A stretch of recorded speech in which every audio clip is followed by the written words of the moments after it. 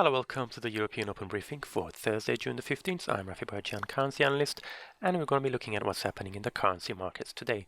So we had the FOMC announcement yesterday, where, as expected, the Fed raised rates by 25 basis points, and overall the statement and Fed Chair Janet Yellen in a press conference, the tone was rather hawkish, but we are seeing rather muted reaction in the currency markets. We've got several other factors at the moment that's weighing on the dollar. The best performer this morning is the Australian dollar, which was lifted by strong employment growth in Australia.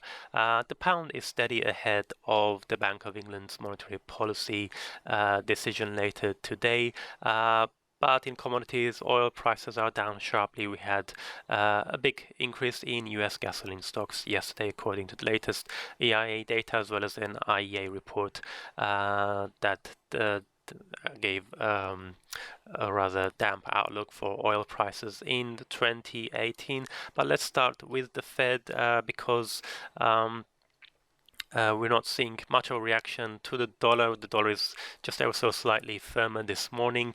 We can see the Fed raised rates for the fourth time since the financial crisis yesterday, the second time this year, taking the federal funds target range to between 1 and 1.25%.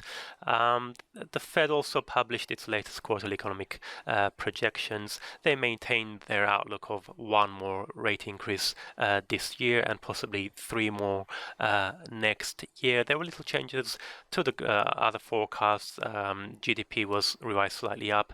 Unemployment was actually revised lower, so I expect unemployment to continue to go down. But inflation for 2017 was revised lower. It was unchanged for 2018 and 2019, but although the Yellen and the Fed's, the FOMC committee, they keep maintaining that the current weakness in inflation is temporary. The markets are not really convinced by this, so that's it explains one of the reasons why the Fed hasn't moved up as much. The main surprise yesterday came from the Fed's detailed plan on reducing the balance sheet. The Fed outlined its plans that they want to gradually reduce the reinvestments into the Fed's bond holdings, and that could possibly start as early as September. It was previously anticipated that such process would begin towards the end of the year in December, but the fact that they went ahead and published detailed plans as early as June indicates that it could possibly start in September, and that would have a positive impact on treasury yields. Looking at the dollar-yen pair, we can see that big drop actually came after yesterday's very disappointing retail sales and CPI data. Both CPI and core CPI came in below expectations in May, and retail sales also fell unexpectedly month on month in May as well. The dollar is currently trading around 109.50 yen. Yesterday it hit a 2-month low of 108.81. Dollar index fell to a fresh 7 months low. But apart from the weak data, which is casting doubt on the Fed's plans to continue raising rates, and the Fed overall was actually rather optimistic about the growth and inflation. Markets aren't really convinced by that. They still expect less than 50% chance that we will see a third rate hike this year. But apart from that, we had a fresh development, political one. The Washington Post reported that President Trump is being investigated for possible obstruction of justice by the special counsel Robert Mueller, who was appointed to head that investigation of Russian involvement in 2016 presidential election, so that could potentially delay the tax plans that's planned by the Trump administration. Moving on to today's best performers so far, the Aussie. We saw yesterday it it did benefit from the drop in the dollar. It hit a 2-month high of 0.7635. It jumped higher again after today's employment data, although it's since fallen back a bit. The Australian economy added 42,000 jobs in May. That was about forecasts of 10,000. The unemployment rate dropped to a 4-year low of 5.5%. And it was good news that the majority of jobs came from full-time jobs rather than part-time, as had been earlier in the year, and that has basically cut the odds that the RBA will be reducing the cash rate at some point later this year. Previously, we had seen some worrying data for Australia, which had raised the prospect of a fresh cut rather than a rate increase. But today's data basically means that the RBA will probably stay on hold for the time being.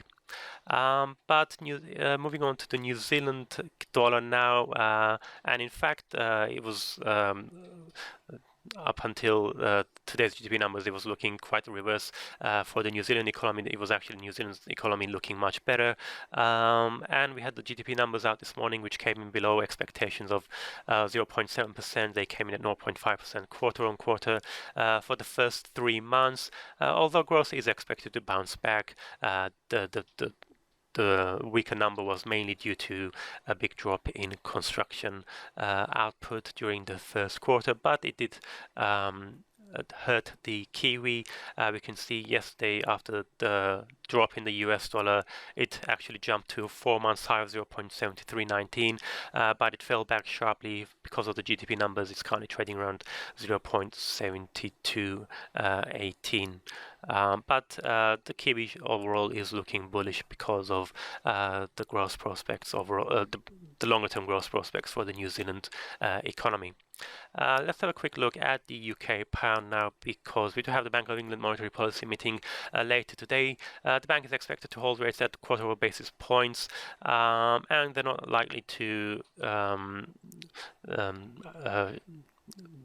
signal any major shift in policy, but the Bank of England is coming under increasing pressure because inflation keeps beating the forecasts. We saw on Tuesday headline inflation jumped to 2.9% in May. That was the highest in 4 years. On Wednesday we had wage growth data, which fell further in April and falling further below the inflation rate, and that has a negative impact on households' real incomes, and that would potentially hurt UK growth. But given the Brexit uncertainty and also the political uncertainty, the Bank of England, it will likely stay on hold. The pound yesterday, it did briefly jump above $1.28 after the weak US data, but it's since dropped back to the level it was before, around 1.2740, currently around 1.2735. And also further weighing on the sterling this morning is, it was expected that the Conservative Party would have signed a deal with the DUP party yesterday, but they haven't done that. The Conservatives need the DUP's backing because they're currently in a minority government following the election results. So that could drag on, and that could potentially further weigh on the pound over the coming days. Moving on to oil prices now. Oil prices hasn't been doing so well lately, and yesterday we had another big drop. It fell 3.5%. US crude is currently trading at around $44.50 a barrel. That was mainly on Tuesday. Of course, we had the API numbers where we saw unexpected drawdown. The EIA, the official US government data, showed that there was actually an increase in US crude stocks, but the gasoline stocks unexpectedly fell. And that's very worrying, given the fact that normally at the start of the summer, gasoline demand increases in the US because of people driving more in the summer season. We also had a report by the International Energy Agency which said that in 2018 global supply may outstrip demand, so that's further weighing on the outlook for oil prices. Quick look at today's economic calendar. We've got retail sales numbers coming up in the UK, as well as the Bank of England announcement at 11 hours GMT. In the US North American session, we're going to have weekly jobless claims, the Philly Fed manufacturing index, Canadian manufacturing numbers, and US industrial output numbers as well. And we'll also have a speech by the Bank of England Governor Mark Carney. That's not related to the Bank of England decision. That's a different speech. It's on a press conference. He will speak at Mansion House at 20 hours GMT. That's it from me. Thank you very much for watching and have a great day.